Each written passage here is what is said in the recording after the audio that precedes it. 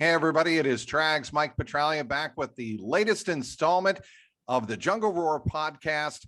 It is an exceptionally exciting podcast for me to do because I welcome in my CLNS colleague covering the New England Patriots and covering all things. And I do mean all things NFL Draft 2022 style in Las Vegas, with an incredible spreadsheet that really does a great job of going over the strengths and weaknesses of all of the top prospects in the upcoming NFL draft. The one and only Evan Lazar, you can follow him on Twitter. I say this for all of my guests because I want to give them some build up. But if you're not following Evan Lazar at EZ Lazar, all one word, on Twitter, you're really missing out. How you doing, bud? Is that enough of a build up for you? That was good. I'm going to record that and we're going to play that whenever we start Patriots Beat too. And we're going to keep that recording at the beginning as the intro. Thank you very much. And hello, sir. And it's good to see you. Good to talk to you. Really excited to do this one. The Patriots and the Bengals play each other this year, Trags. So yeah, they sure do. I'm looking forward to that game. That was circled on my calendar. Whenever the schedule comes out, we'll find out when that game is. But this will be fun. I think the Patriots and Bengals, as we were just talking about, in very, very different positions right now. But in some ways, they both have their quarterbacks, right? So they're not looking for quarterbacks anymore. And they're kind of looking to build out the rest of the roster around it. But obviously, Cincinnati is way ahead of where the Patriots currently are at. And I think they're way ahead. Essentially, a lot of people would figure because of the offensive weapons they bring to the table in an offensive driven game, correct?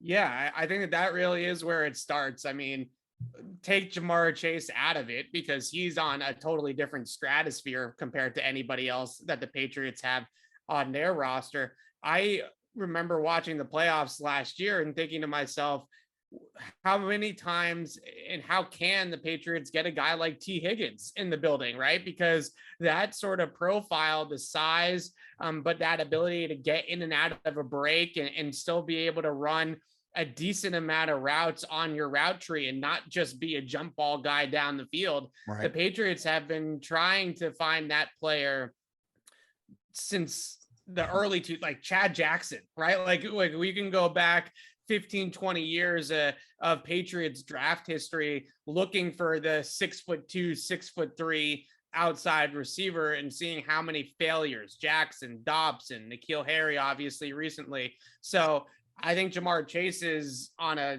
couple of floors above anybody on the Patriots. And I would put T. Higgins somewhere above the Patriots as well. And they would absolutely love to have a player just on T. Higgins's level in New England's offense. So yeah, it's the weapons really separate Cincinnati. And I would also say that as much as I think Mac made some really good strides as a rookie and showed some really good things, maybe showed some rookie season Burrow elements to his game, certainly not Joe Burrow as of yet. And they still have to get him up a few levels before we start talking about him in that conversation.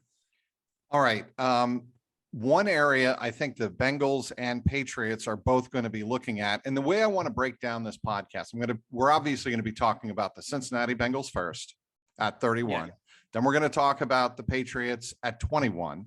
Then we're going to talk about some of the prospects coming out of the University of Cincinnati, which at least for one draft, the draft of 2022, is on level with the Alabamas, the Ohio States of the past. The Bearcats could have an incredibly impactful, or could really impact the 2022 NFL draft. So I want to get to that toward the end. But we're going to start with the cornerbacks because I think there is an assumption right now that the Bengals are leaning towards corner at 31. And the Bengals have Chido Awuzie at one corner position, and they have Eli Apple, who returns on a 1-year, $4 million contract on the other side. But that's a 1-year contract. And I think the Bengals are intent on bringing in somebody who can challenge Eli Apple and challenge him to start. And I think there are options out there in the cornerback room on your spreadsheet on CLNS Media. We'll give you the link in just a little bit. But a couple of the names I want to talk about first is Jair. Get your take on Jair out of Florida. what kind of cornerback prospect, if he's available for the Bengals at 31, is he? So I think the biggest thing that stands out about Elam to me is he's an alpha dog, right? He went out there against SEC competition. We're talking about the receivers at Alabama, Treylon Burks at Arkansas, and some of these other top flight wide receivers over the last couple of years in that conference. And we know how many guys have come through the SEC in the last 2 or 3 years that Elam went toe to toe against. And he has that cornerback mentality of ultra confident. Like, he doesn't think anybody's better than him. He doesn't think anybody could beat him on raw tools or physicality or upside or anything like that. He's just as good as the guy across from him. And if you're going to play corner consistently in the NFL and you're going to do it well, you have to have that kind of mentality. You have to have that kind of swagger that Elam brings to the table. So that's the intangible that I really like about him as a player. He's a press man corner. I think he's a physical guy at the line of scrimmage. Hello, Lou Anarumo. Yeah, he wants to get up in people's faces. He wants to jam you. He wants to ride you, bump and run down the field. And he wants you to feel him throughout the route, not just at the line of scrimmage, but really throughout the entire route that you're going to run. The one thing that I have reservations about with him on tape is you do see some hip tightness and segmented movements at the top of the route. So if you're going to put him, looking in the division, for example, Deontay Johnson in Pittsburgh, assuming he stays in Pittsburgh, really good route runner, really good fluid mover at the top of the route. I'm not sure if Elam, and I look at it from a Pats perspective with Elam, like if they have to go up against Stephon Diggs or Tyreek Hill or someone like that, I don't know if that's the best matchup for him. He's somebody that I project at the next level, playing on the outside and playing against the bigger body types at wide receiver, the X's, the T. Higginses of the world, not necessarily the guys that are going to be the break it down and make sharp cuts and get in and out of the break point, because he doesn't have that stickiness at the top of the route that you would like to see. His 40 time made him a lot of money. This is a player that I think when you watch him just based off the evaluation on the tape, a lot of people saw some limited or stiff movements. Then he goes to Indianapolis, runs a 4.39 in the 40-yard dash, and people say, okay, well, now he's got long speed. So maybe he's not the most agile guy, but he's got that long speed to carry verticals down the field. So I remember maybe right before the combine, I had him somewhere go in the 30s, like on day 2, like a early second round pick. Now I would be really surprised if he gets out of the first round. Okay, we are going to go, Evan, on the assumption that Sauce Gardner is not going to be there. Obviously, Derek Stingley is not going to be there. Those two corners are not going to be there for either the Patriots or the Bengals, I don't think. Certainly not for the Bengals, but I don't think even Stingley or Sauce will be there for New England at 21. New England, by the way, who has, lost obviously J.C. Jackson to the Chargers and Stephon Gilmore in the last couple of seasons. But I do want to focus on two other cornerbacks, Andrew Booth Jr. out of Clemson and Trent McDuffie out of Washington. So Andrew Booth Jr. is one of my favorite corners in the entire draft. Outside of those top two that you just mentioned, I have him as my number 3 corner in the draft. And the biggest reason why is that he has explosive traits in terms of his athleticism. You watch him close from a zone assignment or make a play on the ball down the field and man coverage. And he's got probably, in my mind, the best feet in the entire draft at the cornerback position. Wicked, quick, fluid movements. And you see those types of just sudden bursts of energy, and you get really excited about the type of player that he could possibly be on the football, right? Making plays down the field on the football. The guy that he reminds me a ton of coming out is Jair Alexander at Louisville. And Jair was the same way, where when you turned on Louisville tape in that draft, he just popped off the tape at you and you just go, who the heck is this guy, right? Like, this guy's going to be an absolute stud. Now, the shortcomings for Booth, I would say, are less about his actual tape and more about the small sample size that he has. He only played 15 games at Clemson.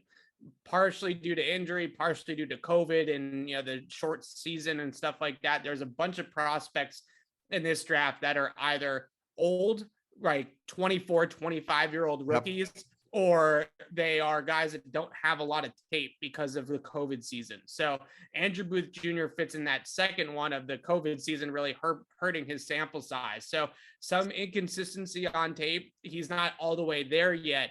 But in terms of the physical movements that he brings to the table, he moves as well on a football field as anybody in this class. And that, I think, is certainly something that, especially when we start talking about the 20s or the early 30s, like the Patriots and the Bengals, I start taking chances a little bit more on traits at that point of the draft, where I say, this guy, we're going to season him, we're going to round him out, and he already has the playmaking qualities that you want in a number one corner. So like I said, Jair Alexander would be my comp. Obviously Jair coming out of college, not what Jair is now. And you hope that you can get Andrew Booth Jr. to that point. All right. And we should remind everybody that Jamar Chase sat out a COVID year in 2020, and it didn't hurt him too much last year. Trent McDuffie of Washington, real quick. Yeah, really interesting one, because he, to me, so his average depth of target in college was only 8.8 yards. So he's covering drag routes, screens, little hitches, just really quick underneath routes. He's one of the best open field tacklers in this class at any position. Really, really good play speed. He's got this innate ability to work through the trash. Like, he can just run through a bunch of bodies and get through a bunch of people and make tackles on guys. He only had 2 career interceptions at Washington because he just didn't get targeted down the field a ton. But in this AFC with, Tyreek Hill moving to Miami and the other moving parts, and you see all this speed coming into the league, if you need somebody that's just going to shadow a guy that runs a 4-2 or a 4-3 at wide receiver, then there's not much better that you can do than Trent McDuffie in that department. But I think at his size and the way he plays, he's definitely going to shadow those types of guys and maybe play a lot in the slot ultimately in the NFL, and not necessarily be a pure outside guy. But in terms of pure coverage talent, he's one of the best in the class. What we're going to touch on more University of Cincinnati Bearcats prospects in a little bit. But what about Kobe Bryant? I'm very high on him for one reason. He obviously played the opposite corner from Sauce Gardner. And the reason that's significant is because a lot of college quarterbacks didn't even bother throwing at Sauce, and they had to go somewhere else. And more often than not, that was at Kobe Bryant. Yeah, I think the best thing that I like about him is he's got this cool and calm demeanor about him. It never looks like he's in panic mode when he's on the field. And I think a lot of the reason why he doesn't have much panic, when you watch a cornerback prospect, if they're opening up their hips early and trying to get up the field, or if they're a little bit hesitant, you talk about them being a little panicky, right? And you're worried about, okay, he doesn't trust his stuff. He doesn't trust what he's seeing. He doesn't trust his athletic ability. And I see a guy like Kobe Bryant. I think he's got great instincts, great feel, IQ. And I think one of the reasons why he's so calm in coverage is that he's one step ahead of the route a lot of the time. He kind of knows based off the alignment, based off of film study, things like that, maybe a really good route anticipator, and kind of knows what he's getting out there. And I think that allows him to play a really cool and calm brand of football. So I like him for man coverage teams. I also like him for cover 3 or post safety zone teams as well. I just think that his traits with his length and his ability to play with the back to the quarterback and press man, a lot of those teams I think will really cover a guy like that. Real quick, what does twitchy mean? When people read on your spreadsheet, he's very twitchy. Twitchy, explosive, sudden, quick, right? Just somebody that when you watch him move, it's just in a blur, right? That's what I call twitchy, or I would also maybe call it sudden, right? Where his movements are just instantly, he's 0 to 60, right? That's the guy that I would describe as twitchy. All right, let's move on to another position that I think Bengal fans are sneakily anticipating the Bengals maybe taking a chance on and taking a swing on, if the player is high enough up their big board and still available at 31. Let me add that qualifier onto the description. Safety. Daxton Hill, Michigan probably won't be there. As you told me offline about a week ago, he probably will not get by Bill at 21. Lewis Cine of Georgia, Jaquan Brisker of Penn State, and another Cincinnati prospect, Brian Cook. Yeah, I like Brian Cook too as like a mid-round guy. We can get to that one in a Yes, second. Daxton later Hill. Yeah, Daxton Hill could potentially be the best pure coverage guy in the entire draft. I mean, he is just a really, really great player. And I look at the way that the Bengals, and I mean, a really, really great player for today's NFL, because I look at the way that the Bengals made that run last year to the Super Bowl. And Lou Anamarino doing a lot of different two high structures, right? Cover 2, cover 4, quarter structures, match zones, things like that. And you need players that are flexible in order to run those types of schemes. And you look at all across the league, how many teams now are adopting these two high structures, right? Because of all the speed and because of all the college spread elements, a lot of two high safeties. Daxton Hill is the type of guy that can play deep safety. He can play slot. He can play outside. And when you use those different zone rotations and zone match coverages, he can play in so many different spots that it gives you a ton of fluidity with the way that you're going to use him. He is a very, very explosive coverage player. You see him making really, really good plays on the ball where he closes down space really quickly. Good open field tackler, can play the deep safety or the post safety role ranging over the top. He can also play closer to the line of scrimmage at corner, like I mentioned. And as the game evolves and as the schemes from college start to trickle up more and more to the NFL, and teams are running a lot of these more two high zones or two man, he is the quintessential, like the perfect prospect to usher in that type of defense into the NFL. If you're going in that direction as a defense, Daxton Hill is your pick. Like that's the guy that you want to pick in the first round because of his ability to play so many different spots. And I think that if you're Bill Belichick and you're sitting there at 21, he's not the conventional corner that the Patriots maybe need. That, he's not JC Jackson, right? He's not going to play on the outside and be that kind of guy, but he's somebody that I think can do that. And the way I looked at the Bengals again, and how they made it to the Super Bowl last year, they did so much of that positionless secondary stuff where everybody was kind of moving around and had different roles, and they were playing a lot of zone. I think Daxton Hill fits right into that type of mentality. Let me jump in here. What's interesting about this, and Bengal fans know the drama that has gone on with Jesse Bates now for going on a year. He switched agents, athletes first. David Mulligetta obviously plays a big factor in whether or not Jesse Bates is going to sign long-term. He's been franchised once. He could technically be franchised again after the upcoming season. I don't think the Bengals are going to want to do that. And if you take a safety, you're talking about somebody who could possibly step in for Jesse Bates when he goes, or if they re-sign Jesse Bates, Von Bell only has a year left on his contract. So there is, that opening for the Bengals to slot somebody like a Daxton Hill or Lewis Cine. Real quick, what do you like about Lewis Cine? A physical enforcer in the middle of the field. He's a patrolman, right? He's somebody that is going to bring and lay the wood consistently. He can also play a couple of different roles in the national championship game against Alabama. You'll see him going sideline to sideline with a little slide route, right? The receiver releasing into the flat and he's coming across the field and making that type of tackle. You'll also see him play the deep part of the field and range over the top and make rangy plays from a center field or a split safety zone type of role as well. So he's another one of those guys that is rising up the board, just like Daxton Hill, tested through the roof in Indy at the combine. It can play a bunch of different spots for you in the defense and was one of the more underrated players on that Georgia defense last year. And that national championship game, just turn that game on. If the Bengals draft Lewis Cine, and Bengals fans need to get excited about Lewis Cine, go watch a national championship game because he was absolutely everywhere. Brisker of Penn State, Petra of Baylor. So Brisker is, to me, a deep safety that plays like a strong safety, right? He wants to lay the wood as well. He's a really physical guy. He's consistently ranked as one of the best athletes in this entire draft.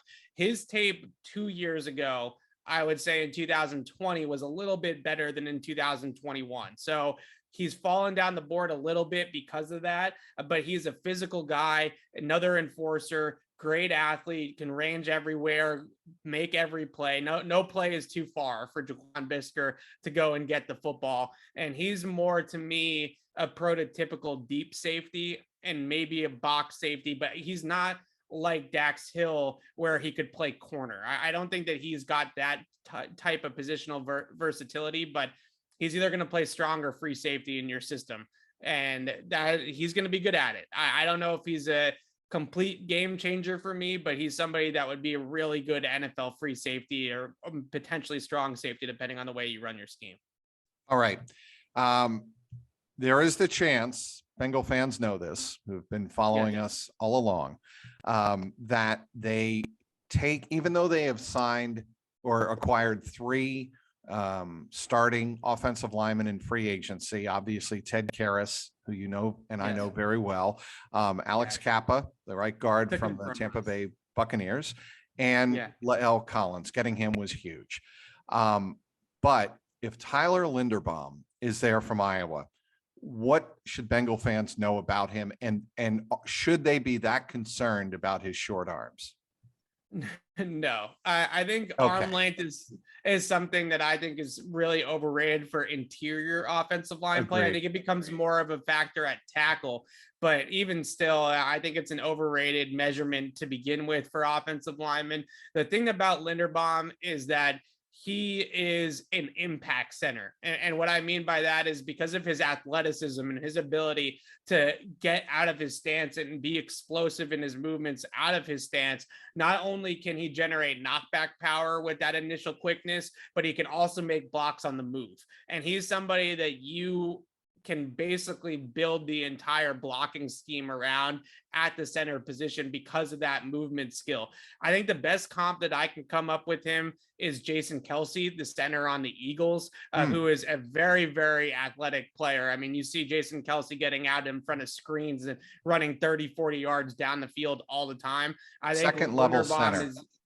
I think Linderbaum is the same type of guy. And when I look at the additions that the Bengals made with Karras and with Kappa, 2 really steady guards, 2 really solid guards, but I wouldn't necessarily say they're the most athletic guards in space or the guys that can really move very well off the line of scrimmage.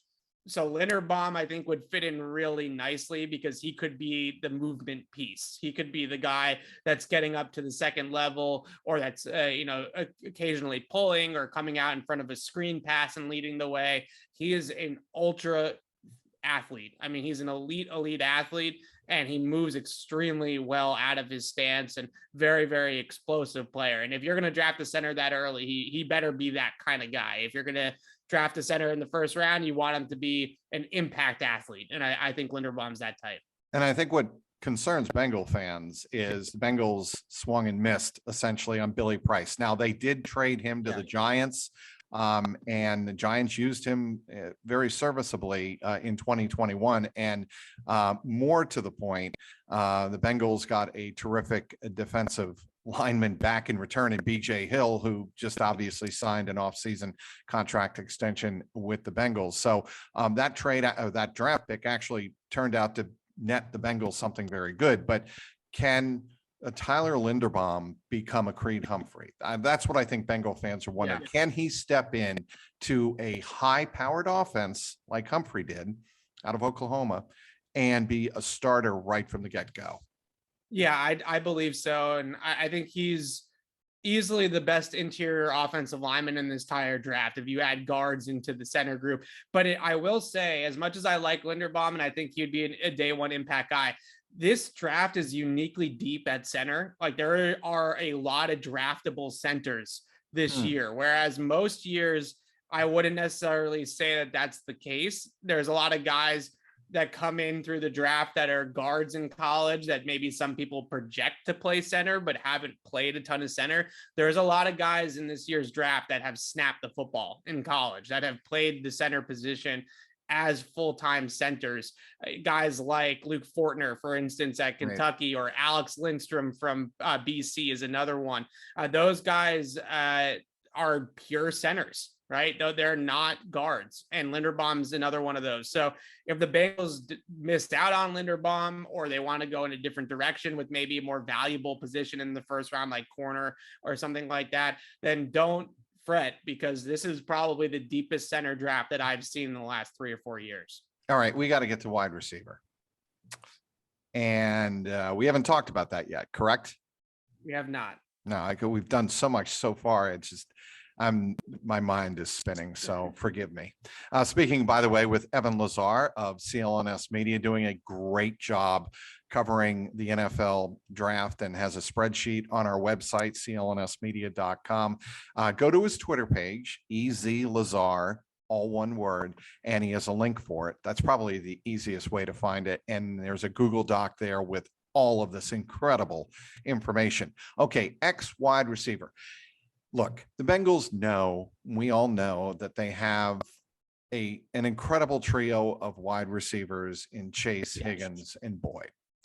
But there are some, I mean, it's a receiver deep drafted, like they all seem to be now. And there are receivers, let's say a Jamison Williams, Chris Olave, or Treylon Burks falls to 31. If you're Duke Tobin and Zach Taylor, do you take them? So it's funny, because as a Patriots reporter, the Patriots desperately need a number one wide receiver. As And they I always go do. on the other day, I went on a Bills podcast with some of my friends, I'll call them friends, in Sure. Buffalo, and they're talking wide receivers. And I'm like, you have Stephon Diggs, you have Gabriel Davis, Isaiah McKenzie, and you're talking to me about wide receivers. And then I come on a Bengals podcast with the one and only Trags, and he's talking about wide receivers when they have Jamar Chase on the team. Like, what are we doing here? But that's the league, right? That's Yes. the league. Yes. That's the world we live in. And I think beyond all of that, the biggest thing, and Trags, as a devout Bengals follower, you can be the first one to tell me this. The Bengals typically are not big spenders in free agency, right? They don't typically go out Correct. and hand out the massive contracts. And I look at their roster construction, and I'm sure that this is a conversation in Cincinnati already. No Joe question. Burrow's going to get paid. Jamar Chase is going to get paid.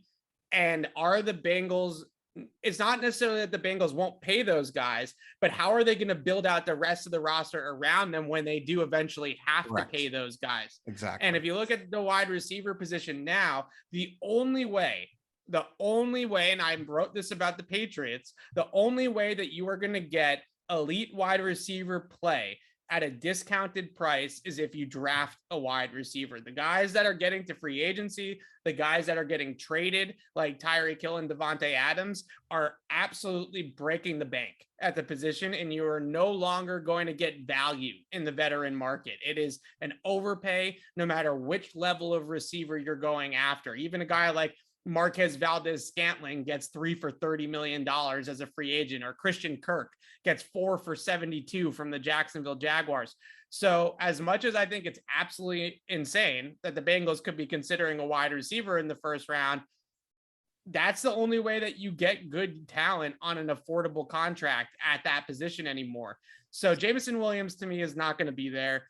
I just can't envision a world where that skill set, which is what everybody wants in the NFL, right? A true 4-2-5 guy that plays like a 4-2-5 guy. I just don't think that he makes it out of the top 20. You know, he's Jalen Waddle, Tyreek Hill, like he is that guy already at Alabama.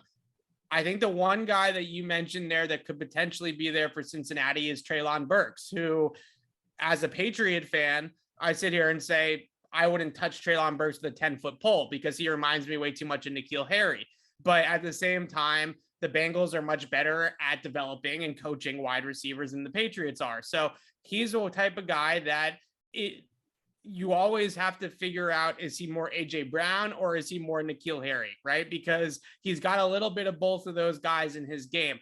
He's a really good ball carrier, explosive ball carrier, great speed, breakaway speed, and great contact balance to just run right through people and explode right through the defense.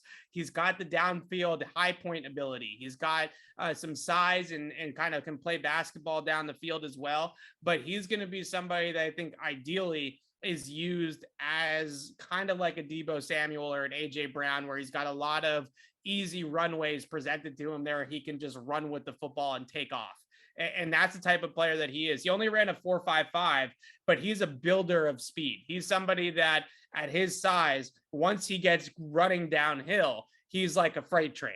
And the only comparison I can come up with off the top of my head is like, you know, Gronk was never an explosive guy in the first 10 yards. He was not running by anybody.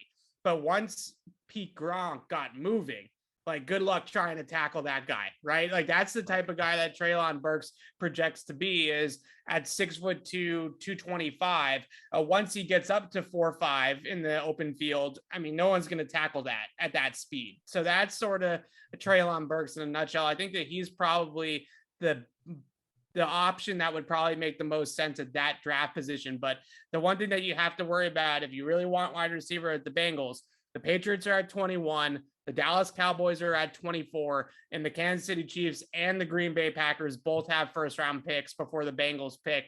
All of those teams could take a wide receiver. Yes. So the cupboard could be bare by the time we get to 31. All right, pure slots, with the understanding that Tyler Boyd is signed for a couple more years, but still, you're talking about Garrett Wilson, Sky Moore of Western Michigan. I actually have seen him rated as the top slot of pure slot available in the upcoming draft. Jahan Dotson of Penn State, again, another very highly regarded slot receiver, and John Mechie III out of Alabama. Is he somebody that could go to the Patriots? Oh, absolutely. Yeah. I think so many things about John Mechie, so many of the issues that the Patriots have had in the past with receivers is, number one, projecting them from their college scheme into New England scheme, because the Patriots run a scheme that's so different than what they do down in college that it's big transition for wide receivers to go from a wide open scheme in the Pac-12 like N'Keal Harry to a Patriots scheme. The other kind of trouble that they've had is chemistry with the quarterback, familiarity with the quarterback and that sort of thing. So John Mechie eliminates both of those concerns, right? Because he played with Bill O'Brien at Alabama. So he played in a Patriot-like scheme with the Crimson Tide, and he had the 2020 season with Mac Jones. So he already knows the quarterback. He already knows some of the concepts that you run offensively. So to me, he's the safest wide receiver pick by far for New England for those reasons. For the Bengals, if they're going to go with an inside guy, I do really like Sky Moore. And I think once you get into the 30s, the Sky Moore discussion probably starts. He's somebody that when you watch him run, his initial stages of his route, the release, the stem, just in a really, really dynamic route runner. He's got quick feet, runs a nasty slant, 3-step, 5-step slant, just breaking ankles at the top of the route with that, and a really, really good ball carrier, really good after the catch. He reminds me a little bit of Julian Edelman. He's got some of that shiftiness and that slitheriness and the power that Edelman had. And he's just a really dynamic route runner, probably toe-to-toe with all these guys in terms of pure route running ability and man-to-man beating ability.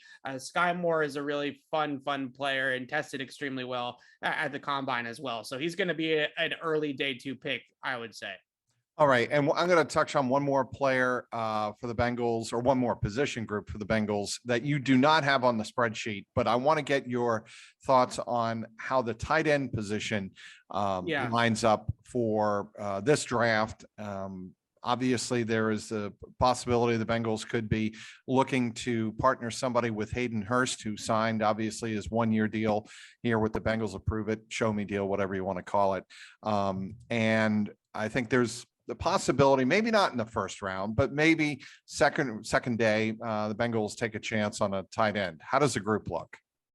So I think the safest tight end in this group is probably Greg Dulcich from UCLA, just a guy that is polished, right? Is ready to come in. I think the biggest thing about the tight end position that you have to remember is that early career production out of tight ends, rookie season production, is extremely rare. Gronk had a great rookie year, but he only had 500 receiving yards as a rookie, and that's maybe the best tight end of all time.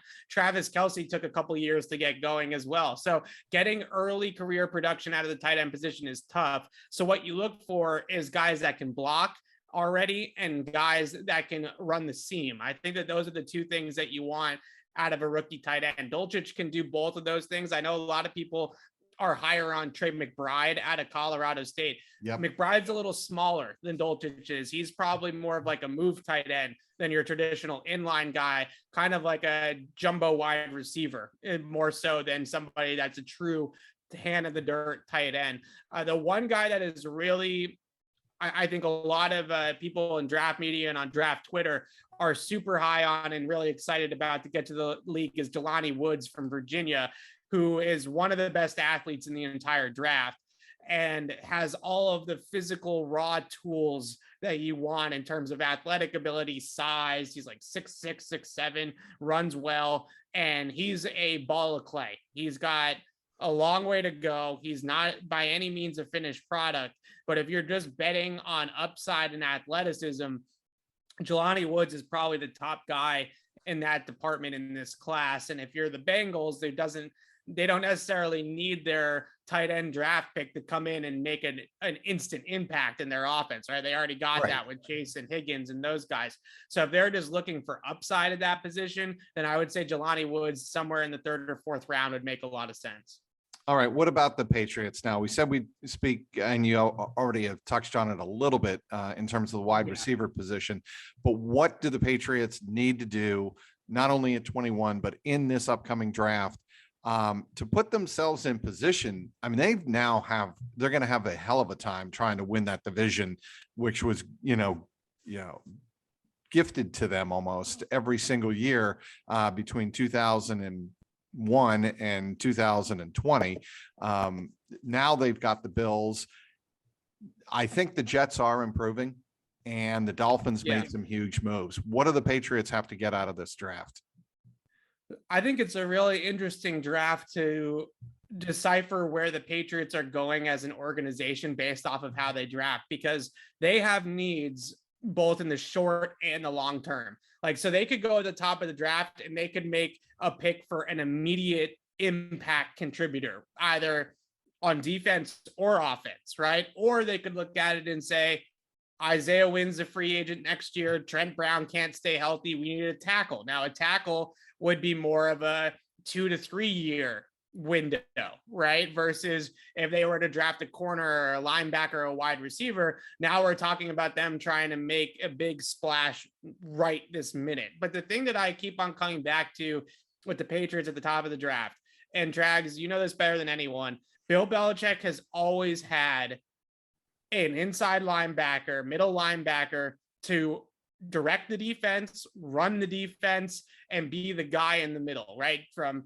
Bruschi to Hightower to Mayo, or Mayo to Hightower, I guess right. Is the right. They've always had a cerebral, smart, instinctive field general, a green dot, a guy that wears the green dot. Hightower is on the fence right now about playing next season. I think that there's a lot of leaning towards retirement there with him. Juwan Bentley did re-sign on a 2-year deal, but I think that they're hopefully thinking a little bit bigger picture than Juwan Bentley at that spot.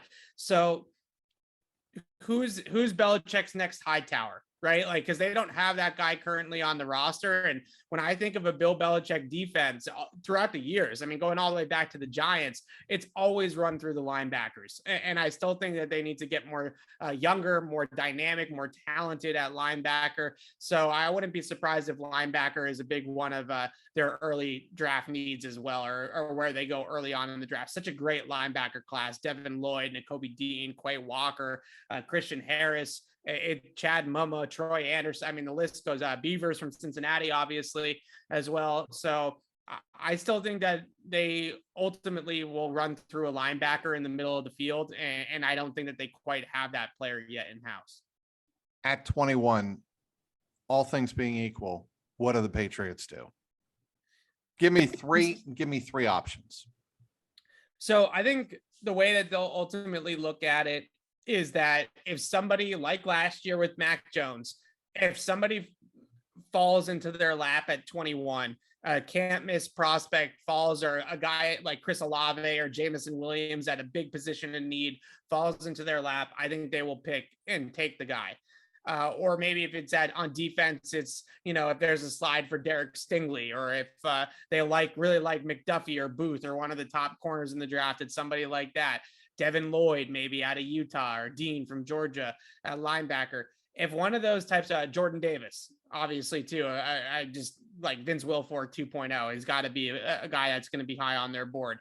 If one of those guys falls to them and falls right in the lap of Bill Belichick, I think he makes the pick. But when I look at this draft and I look at the depth and where the depth is and the value is, this does feel a lot like a trade down draft for Bill. I think that they could use another top 100 pick. And I think that they could look at it and say, we're going to get the guys on day 2 that are going to be good football players for us and solid guys. And we're going to draft Mechie in the 2nd round as our wide receiver pick and go that direction instead of looking for that top guy. Like I said, there's a small list that I just kind of named of, if this guy falls to us, just like Mac did last year, we're making a pick. But if not, I think they end up trading out and try to accumulate as many picks as possible.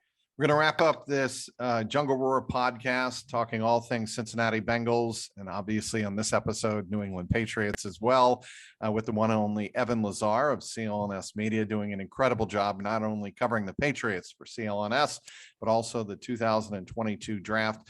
You can get a link for his Google document, giving you a breakdown of pretty much all of the top prospects in the National Football League, on his Twitter handle at EZLazar, all one word. All right. I want to wrap up by talking about the Cincinnati Bearcats. Luke Fickell obviously has done a tremendous job rebuilding the program. Everybody knows he went undefeated 13-0 before losing to Alabama in the national semifinal in the Cotton Bowl this past January 1st. And actually December 31st. Now I can't remember. Anyway, end of December, beginning of January. And I want to get your take on all of the Cincinnati prospects that could be headed into the NFL draft, starting with the consensus top pick of any Bearcat, and that would be Ahmad Sauce Gardner. Yeah, Sauce is a really fun player to watch.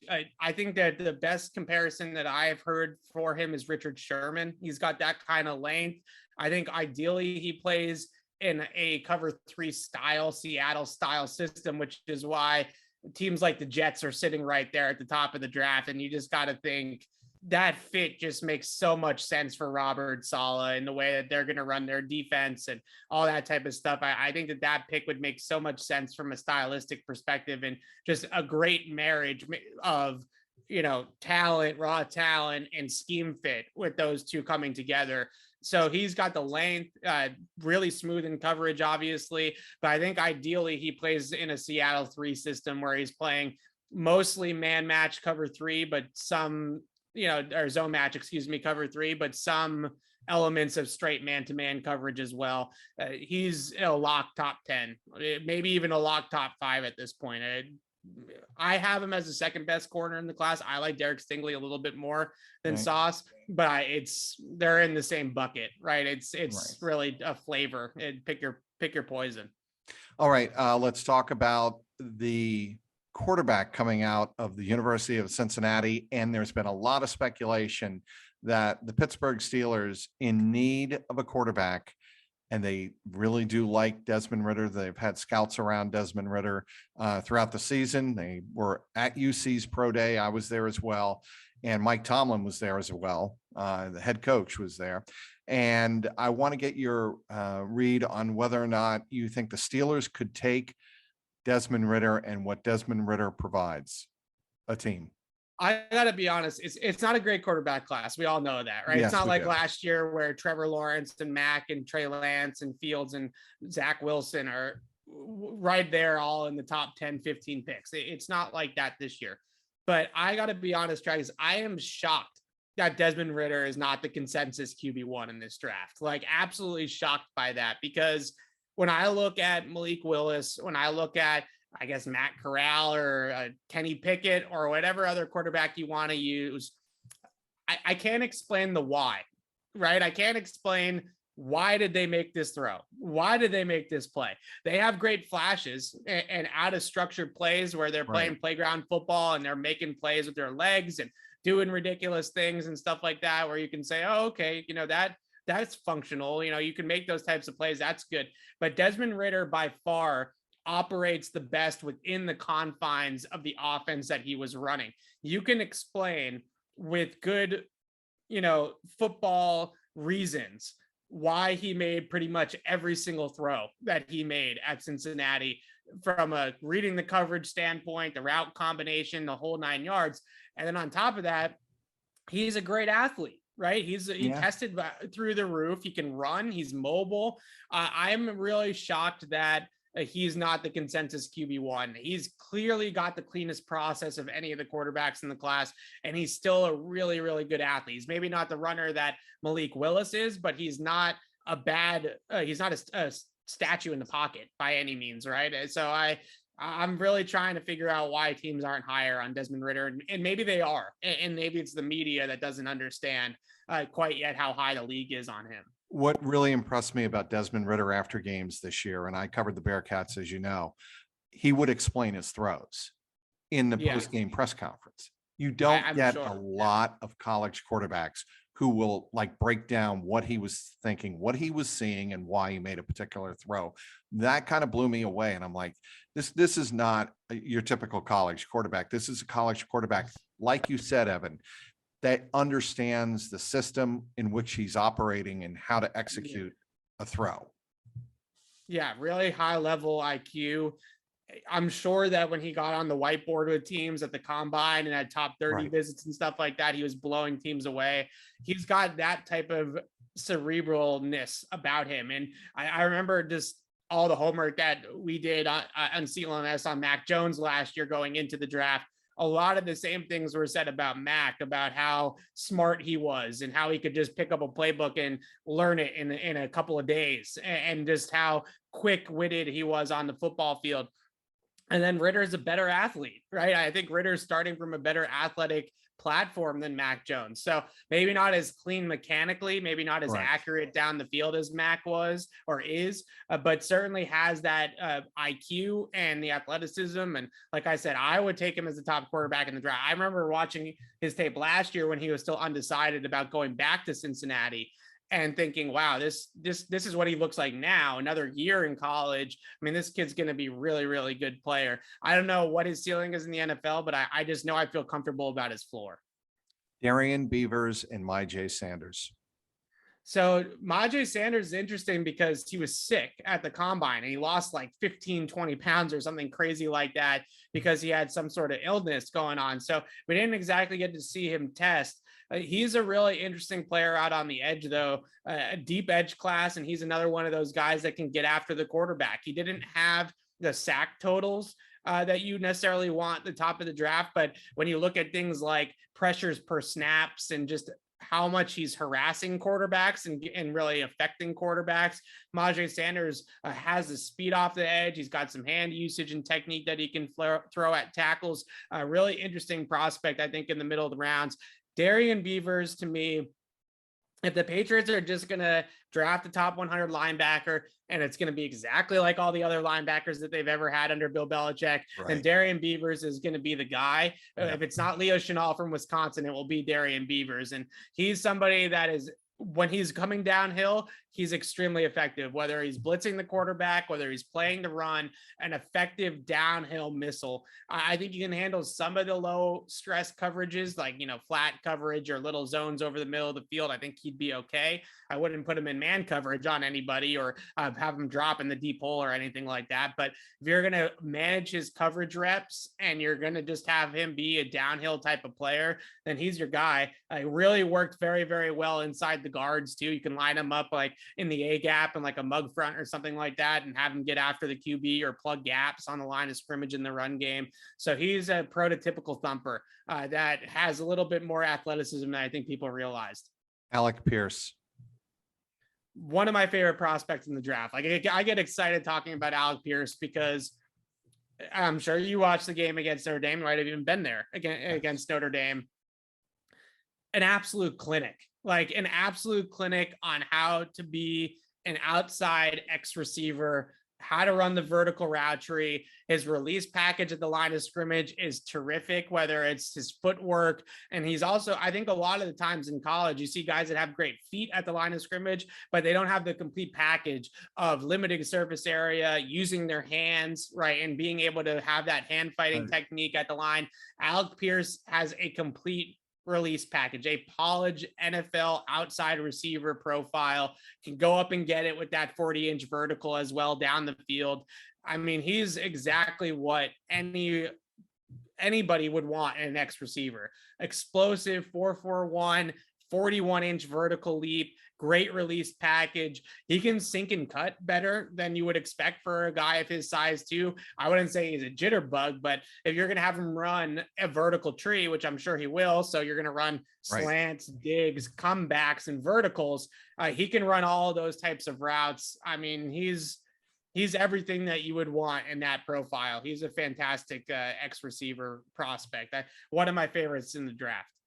Michael Young, have you done any work on him? Because he and Alec, I met them both on Tuesday morning at Paul Brown Stadium because the Bengals hosted a workout for local products, both local college products and local high school products who went to college elsewhere. And both Pierce and Young were there. Do you know anything about Michael Young?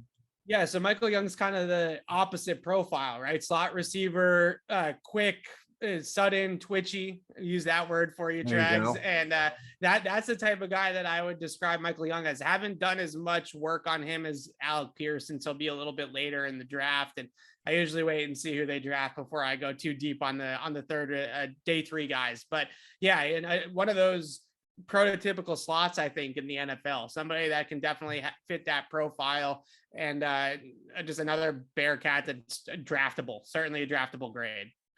All right. That's enough football talk. You have been awesome. You're going to be at the Garden flipping off one Kyrie Irving. I have tickets for game 5, so I'll be there eventually. Sunday was Easter Sunday. I did have tickets to game 1, but of course I decided to be a family man for the day, and then it was like the greatest game ever. So I got what I deserved on that one. And but yeah, I'll be there for at least one game this series. I don't think it's going to be a sweep, so I'm think sure so I'll either. Get there in game 5. Yeah, just your quick thoughts on that, because those of you who are watching this who are Cincinnati Bengals loyal fans may not know that Evan Lazar not only covers the Patriots, he is a fierce Celtics fan. And he is one of the more loyal fans. And I think the irony of this, and correct me if I'm wrong, were you not at the Garden in a Celtics Kyrie number 11 jersey when I saw you last at the Garden? Probably. Now I wear the Tatum 0. All right. So now it's the Jason Tatum jersey, but I definitely had a Kyrie jersey. I don't want to admit out loud that I was wearing one at one point in time, but that sounds like me potentially. Yeah. Yeah. You did have one at one point in time. So I'm not mistaken. I have it. Or maybe it's in the trash now, but it exists somewhere. Yeah. You should burn that after this series and just I'll do the Twitter, like light it on fire and put it on social media. Yeah. Well, you've been awesome. What else are you going to be doing for CLNS as we head up to April 28th, 29th, and 30th? Yeah, mock draft central on CLNS. That's the best way to describe us. We'll do a lot of mock drafts in the next week on Patriots Beat with Alex and myself. And then I'll also have a final mock draft. My Patriots big board, which is a top 50 fits in the draft for the Patriots, is rolling out this week as well. So you can go ahead and check that on CLNS. I'm sure there'll be guys on there that the Bengals will be interested in or might even draft as well. So all your Bengals listeners can go check that out from a Bengals perspective. But yeah, that's where we're at right now. Now is the hay is in the barn, right? I've done all the homework. Now it's time to just put out all of my projections and all of my predictions, and then we'll see what happens. I cannot wait to see you in the fall at the newly renovated Gillette Stadium with the Yes. new lighthouse going up, correct? Yes, new end zone, new lighthouse. I can't wait to see you either. I'm really excited that this is on the schedule this year so we can have Trags back in Boston. And that's I would say that's where you belong, but I know you're happy there in Cincinnati. I'm very, very, very happy here in Cincinnati. So we'll leave it at that. Follow Evan Lazar at EZ Lazar on Twitter for all of his incredible draft coverage leading up to the draft. And of course, post-mortem of the draft. Once the draft is completed, we'll have all of that on CLNS Media. He is Evan Lazar. My name is Mike Petralia. That's this week's pre-draft preview of the 2022 selection process for the NFL. Thanks for watching.